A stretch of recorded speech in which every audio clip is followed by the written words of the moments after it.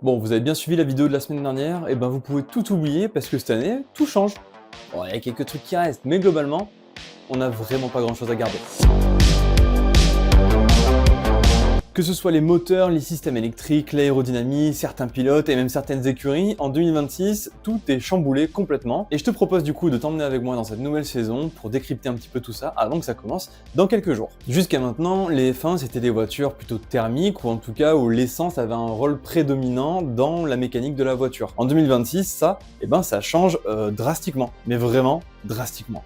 Alors on reste sur des moteurs V6, ça change pas réellement, mais il devient beaucoup plus fainéant dans le sens où il va pouvoir délivrer moins de chevaux, environ 250 chevaux de moins qu'avant, et surtout il n'est plus alimenté par un carburant classique, mais par un carburant responsable, 100% renouvelable sur le papier, et ça c'est un énorme changement en réalité. Et si c'est bien sûr intéressant et un nouveau challenge pour la Formule 1, c'est aussi intéressant pour nous, un simple kidam qui roulons en Clio 3, tout simplement parce que ces carburants irresponsables, ils sont vachement intéressants pour les constructeurs, et c'est aussi pour ça qu'on a des nouveaux motoristes. Et là où le moteur essence devient de plus en plus faible, le moteur électrique, lui, dans le sens inverse, il va tripler de puissance, et ça, c'est un énorme changement, et c'est aussi des nouveaux défis techniques, évidemment, pour les motoristes, pour les écuries et pour les pilotes. Pour les motoristes et les écuries, c'est évident que c'est un gros changement parce que tout est à reprendre. Les moteurs ne sont pas du tout les mêmes, donc il faut se réadapter et faire de la fiabilité. Surtout, ça va être un gros défi en 2026 parce que nouveaux moteurs, ça engendre souvent des casses et du coup des GP qui sont intéressants. Mais au-delà de ça, c'est aussi un défi pour les pilotes parce qu'un moteur électrique, il faut le recharger. Et oui, vous partez avec une certaine batterie,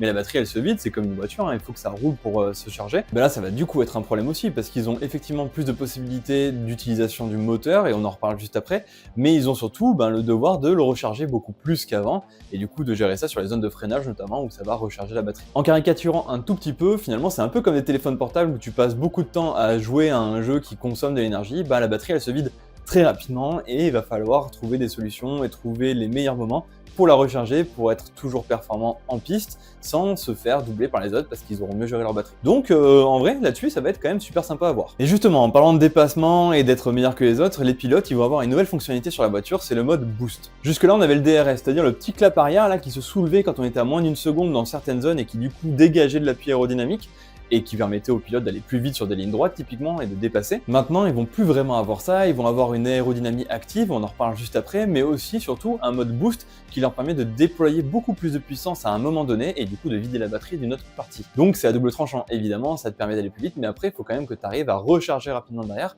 Donc nouveau défi assez costaud pour les pilotes qui vont devoir revoir un petit peu toute leur manière de faire. Et tiens, justement, en parlant d'aérodynamie, il y a beaucoup de choses qui changent en 2026. Jusque là, les voitures, elles avaient fait que grossir.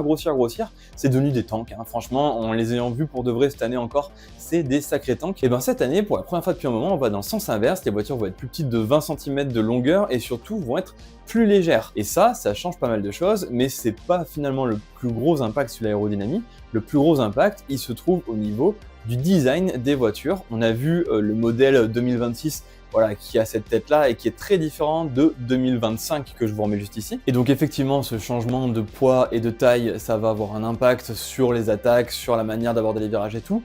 Mais finalement, c'est pas le plus gros changement à ce niveau-là, c'est les nouveaux modes d'aérodynamie active, le Z et le X. Si jusqu'à maintenant les ailerons ils étaient fixes, notamment à l'avant où ça bougeait absolument pas, et à l'arrière on avait quand même ce petit clapet qui s'ouvrait avec le système DRS, désormais ça change énormément, on va pouvoir faire évoluer la voiture au fur et à mesure de la piste, au bon vouloir des pilotes. On commence d'abord par le mode Z, ce mode il va être plutôt dédié au virage. Les ailerons en fait vont venir faire une espèce de barrière contre le vent, ce qui va permettre à la voiture d'être plaquée au sol dans les virages, et du coup d'avoir plus d'appui et de pouvoir tourner plus facilement. En tout cas sur le principe. En revanche, le mode X, lui, c'est l'inverse, il va être plutôt dédié aux lignes droites. L'objectif, c'est de faire en sorte qu'il y ait le moins d'appui possible sur la voiture pour qu'elle puisse filer toute seule et qu'elle glisse tout simplement. Pour le mode Z par exemple, si je dois te donner un petit peu une image, c'est comme si tu mettais ta main en dehors de la voiture, tu sens comme ça qu'il y a une résistance et que du coup ça te pousse un peu vers le bas. Voilà, ça va être le mode Z. Et en revanche, le mode X, si tu la mets tout droit, tu sens que tu viens fendre l'air et que du coup ça a moins de résistance.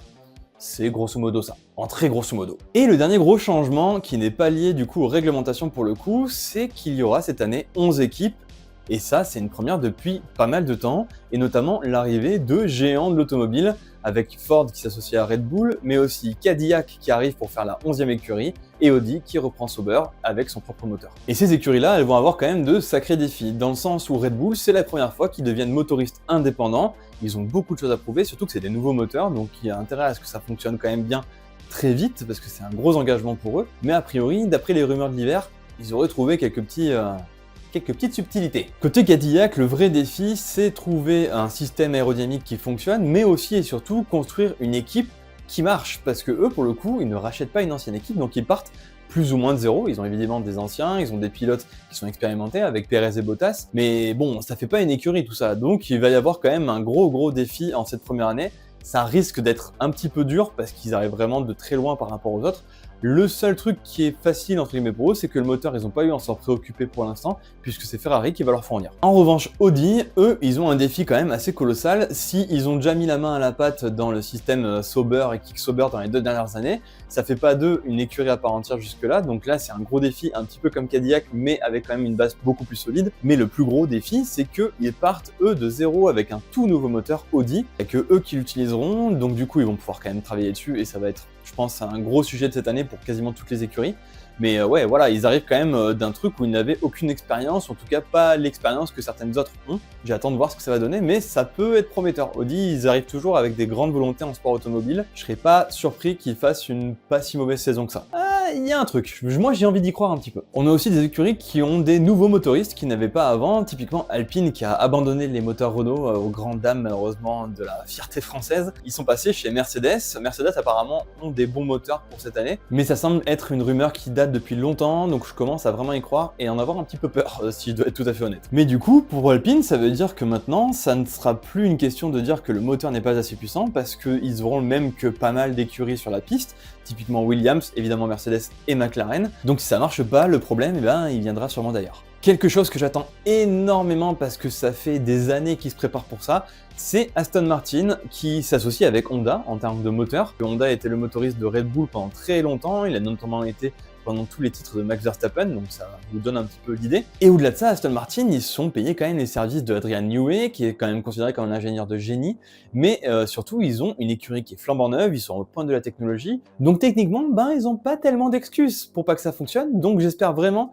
que cette année, ils vont montrer qu'ils peuvent être une grande équipe, et honnêtement, moi j'y crois, et je trouve que les rumeurs de certains pilotes qui se rapprocheraient d'Aston Martin pour les années à venir pour le mercato, elles font un peu sens. Ça promet en tout cas. Je les ai déjà mentionnés rapidement, Mercedes, McLaren et Williams, eux, ne changent pas de motoriste, c'est toujours Mercedes qui fournit les moteurs pour les 3 écuries, et vu comme ça a bien fonctionné l'année dernière et vu les rumeurs, ça promet une belle saison a priori pour eux. Et côté Ferrari, eux, ils se fournissent évidemment eux, ainsi que Cadillac comme je l'ai mentionné, et As, TGR Team, TGR As F1 Team, je sais plus, ça a changé récemment, mais en tout cas Toyota, As F1 Team. Ah et bien sûr Red Bull fournit le moteur à Racing Bulls, ça fait sens. C'est évident. Ce qui fait que cette année, le défi il va être quand même assez colossal, parce que tous ces moteurs, ça veut dire potentiellement des casses, ça veut potentiellement dire de la fiabilité qui va pas, ça veut potentiellement dire aussi des écuries qui ont beaucoup d'avance ou beaucoup de retard. Bref, ça va représenter un défi colossal pour toutes les écuries de s'adapter à cette nouvelle réglementation, sans parler évidemment de tout l'aspect aérodynamique, où c'est sûr que certains vont trouver des petites solutions que d'autres n'auront pas, va y avoir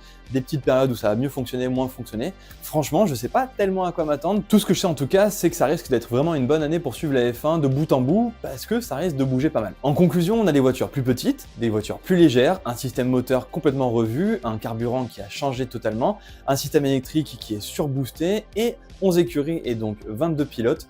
Franchement, on peut s'attendre à tout cette saison. D'ailleurs, j'ai une question pour toi. Selon toi, qui va faire la différence cette saison? On en reparlera dans une prochaine vidéo, donc si tu as un avis, je suis preneur pour en discuter la prochaine fois. En tout cas, ça risque d'être une très belle saison, et si tu veux pas la louper, je te propose de t'abonner, laisser un petit like, un petit commentaire, ça fait toujours plaisir, et de suivre cette saison avec moi, parce que cette année, il va y avoir de quoi voir.